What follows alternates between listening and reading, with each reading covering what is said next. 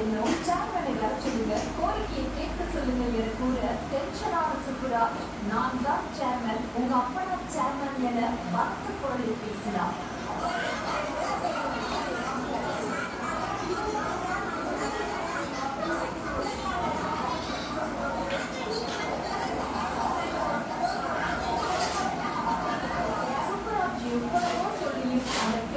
விடாப்பிடியாக இருந்ததால் சிலரை மட்டும் உள்ளே அழைத்துக் கொண்டு சேர்மன் அறைக்கு அழைத்து சென்றார். ஆனால் வெளியில் பேசியது போல உள்ளே சேர்மனை விட சேர்மனின் கணவர் தான் அதிகமாக பேசினார்.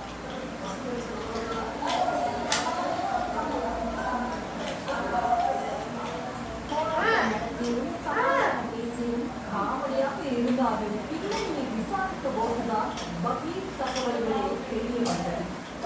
கிராமத்தில் தன் சமூகத்தினர் வசித்து வரும் நிலையில் 100 நாள் வேலைக்காலத்தில் எண்ணிக்கை அடிப்படையில் இருந்தாமல் சாதி அடிப்படையில் பிரித்து அந்த சாதியினருக்கு ஒரு நாள் சாதாரணமாக குழாயில் தண்ணீர் குடிப்பதில் ஆரம்பித்து